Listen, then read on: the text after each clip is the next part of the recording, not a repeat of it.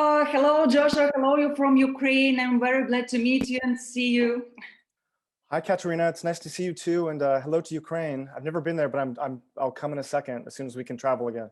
Joshua, tell me, please, first of all, a little bit about your activities for our viewers. Where do you live? What do you do, etc.? So my name is Josh Paul. I live in Brooklyn, New York. The last 7 or 8 years I've spent traveling with Formula-1, going all over the world, leaving every 9 days to a different country to shoot racing. Before that, I was a travel photographer, and I traveled to about 100 countries for travel magazines and adventure stories. And the Formula-1 project is a continuation of that travel, just a more focused subject matter. Tell me, please, how did photography come into your life? And how did you learn this art? You know, my dad had a camera. He had a Nikon F. I loved the camera, and he had the camera with him all the time. So he took pictures of us as kids, and I love the sound of just the winding of the mechanism and the click of the shutter. And I would just, when there wasn't film in the camera, I would just wind it and click it and wind it and click it. And I was probably 4 or 5 years old. And when I was about maybe 12 or 13, my dad bought me a camera, and I took it everywhere. And I was kind of short kid, so the camera was really big compared to my size, but I didn't care, and I wasn't self-conscious about it. And I shot with this camera. And then after high school, I kind of gave up on it and went to university and studied English and creative writing and literature. And then after that, I traveled a bit, and I was trying to figure out what to do with my life, as we all have that, early 20s question. And I decided to go back to art school. So I started taking classes at a local darkroom in Seattle where I went to college, and applied to a college and got in and started, art school. Okay. Could you tell me a little bit more your story before Formula entered your life? I know that you have been to many places, you said about this, and seen a lot. It is very interesting. Well, going back to growing up, my dad was a professor, and he traveled around the world. And he started taking my brother and my sister and me with him when we were late teenagers. So first, we all went to Europe and did kind of the grand tour of Europe, and we did it on a budget. We stayed in youth hostels, and sometimes slept in the train station. And it wasn't a fancy trip, but we got to get out of the United States. And it was very important in the mid '80s to see another country, because there's just so much turmoil, and we were so self-centered. So we got out, and then after college, or during college, I should say, my dad and I started traveling together pretty hardcore. And he and I spent 6 months traveling in South America by bus. So we went overland, traveled, to Peru and Chile and Paraguay and Uruguay and Brazil and all, 13 countries in the continent for 6 months. I didn't have a camera. I mean, I had a camera, but I didn't shoot any pictures. We just went and reading literature and, trying the foods and learning Spanish and those things. So travel was definitely in my blood. And he and I continued to travel to about 40 countries together. Countries in Africa and Central America again, and back to Europe, et cetera, et cetera. So kind of, all these things came together very organically. I loved photography, I loved art, I loved to travel, and I want to make a living doing what I love to do. And I got very lucky that I was able to not only go to art school, I still have student loans, by the way, 20 years later. I was able to go to art school and travel for a living and I went to the Republic of Georgia, for example. I didn't know where it was. I had to look on the map and find it, because it's just so far east. But it's been amazing. I've been so lucky. Josh, you shoot with a 1913 Graflex. It is completely unique in the 21st century, but it is especially unique when combined with Formula-1. Why are you shooting with this particular camera?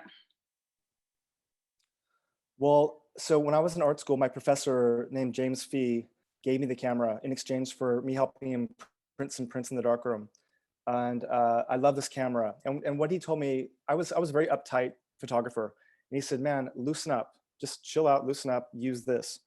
So, when you shoot 4x5, it slows down the process. I mean, you have to load each sheet of film into a film holder, put the film holder in the back of the camera, take the dark slide out, shoot a frame, put the slide in, turn it, and all that. And when you first start shooting, you often double expose the film. You don't expose a sheet of film, and it's very expensive.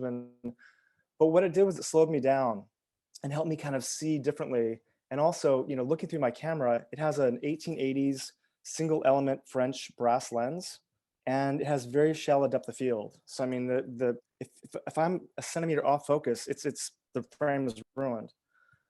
So really what it did was it slowed me down. So I shot this camera, I took it traveling, I took it to Cuba, and I shot a lot of New York and would shoot portraits, commercial portraits in New York. And then when September 11th happened here, the New York Times sent me down to ground zero to shoot firefighters with it. I pitched the idea, but I took the camera downtown. And I had these kind of dreamy images of American flags and these silhouettes, more like these Giacometti figures kind of walking through the rubble. And after that, I put the camera away. I just felt like we needed a more optimistic look because it's it has a dark look to it. It looks very period. So I shot 50s twin lens Rolleiflex, shot mostly with that. And then when I got into Formula 1 racing, I shot the season. It was all by mistake, by the way. I didn't intend to ever shoot racing, but I got there. They invited me to come back the second season. And I was thinking, how can I make it different? Because I can't just shoot the same race with the same camera, the same guys, the same windows, the same photographer stands. So I thought, why don't I shoot it in period? Because Monaco dates back to, I thought, why don't I shoot the Monaco Grand Prix in period? Because the race dates back to 1929 and my camera's a few years, older. So I asked the FIA, which is the governing body of Formula 1, if I could bring the camera. And they said yes. And I showed up with this huge, 4-kilo camera and tried to shoot the cars in action. And it was impossible because they're going, 300 kilometers an hour. And I realized, well, basically I got a few shots, and one of them is on the starting grid with the marshal in this kind of cross position with the car coming at you. And then another couple detail shots of the car. I realized when I got back that basically I had to relearn how to use this camera. And if I wanted to apply it to racing, I'd really have to try to work harder and harder. So it really took me like months, a few races to get good results out of it. But it was intriguing to me. And it was really challenging to me. And also shooting racing, I mean, I love being at the races and everything about the race, but shooting a race is really boring. I mean, car's just going by at 200 miles an hour, 300 kilometers an hour. And after a while, it's like, okay, I've got the shot. With this, it was a challenge. And I like a challenge. Josh, as far as I know, in order to successfully shoot races or other fast sports, usually photographers try to have a camera with them that allows them to take as many photos per second as possible. How do you concentrate? What features and difficulties do you overcome when working with such a camera on races?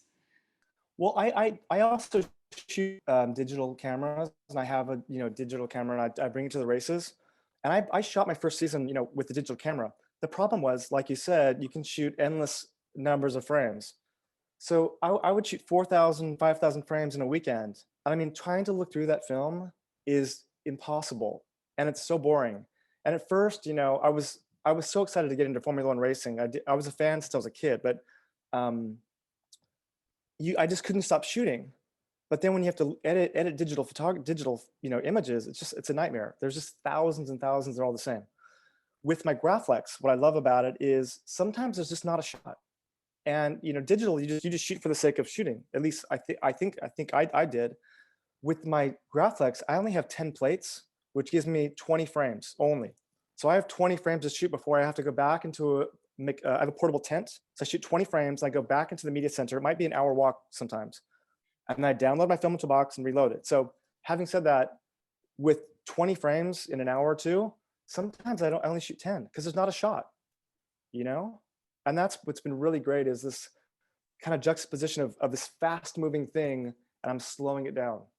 And it's about the process. And it's about, sometimes, for example, I'll walk to a certain side of the track, but the sun's over there. So I'm like, well, this isn't a shot. And that's, I think, thinking and looking like a photographer versus a racing or anything. It's not about the subject. I happen to be shooting car racing, but I'm thinking like a photographer and where's the beauty? And I didn't care what the subject matter is. It's like, if it's beautiful, we're going over there to have a look. I can only imagine this crazy eyes of another photographers when they see you with your Graflex. I think it's very funny. It was at first people didn't take it very seriously. And, it's also takes a lot of room. So like, for example, if there's a session to photograph a driver, we might have 5 minutes total. And, there's maybe 50 guys in this tight bunch. And then I come in, I'm like, I need elbow space because I have to hold it like this and, you know, move around. So they liked it. Well, they liked it and they didn't like it. I think they thought I was kind of a joke because I don't shoot for anybody. I'm completely independent. So all these guys that are shooting Formula 1 have jobs. They shoot for teams, they shoot for agencies, they shoot for advertisers, and they have to shoot certain shots. So the first year or two was rough. And I made a few friends here and there. And actually, most of my friends were from Eastern Europe, Russian guys, some Serbian guys, some Bosnian guys, a guy from some Hungarians, Czechs. They were cool. They loved the camera. They loved what I was doing. They understood the reference back to old photography and, you know, Kurtesh and like the photography that I loved. And once I started publishing the magazine Lollipop, they saw what I was doing. Then they said, you know, this is amazing. But it took about 3 years for them to embrace me. But it's okay. You know, I mean, it was probably the best thing that ever happened, because instead of socializing and going for a beer or any of that stuff, I was shooting. And I would shoot until I ran out of film. I'd go back to wherever I was staying and start again early the next morning. And I think had I not had that, I wouldn't have ever been as successful as far as having the access and being able to build this big body of work. Josh, tell me a little bit how you decided to create your magazine, Lollipop. Okay, so the way I got into Formula 1 racing was I went to a rock concert in Barcelona, and I knew the race was going to happen the same weekend. So I asked an American magazine to credit me, help me with accreditation. So when I got accepted to shoot the race, when I showed up, the FIA, the governing body, had looked through all my work. And when I went to say hi to them, they said, "We love what you do. I love these shots, this shot, this shot, this shot." And he'd gone through my portfolio so thoroughly. I mean, he could reference dozens of shots. So basically when I got there, he said, "I love what you do. We need guys like you in Formula 1. Come to the next race." So I shot the Spanish Grand Prix, and then the next race was Monaco. And then in Monaco, he said, "Josh, come to the next race. Come to the Silverstone. Come to the German Grand Prix. Come." And I was recently single. I had just shot a big commercial job, and I had basically time and money. And I was invited to do this thing, which again encompassed travel, you know, Formula 1, which I loved, photography, and all these things. It was this perfect kind of storm of events.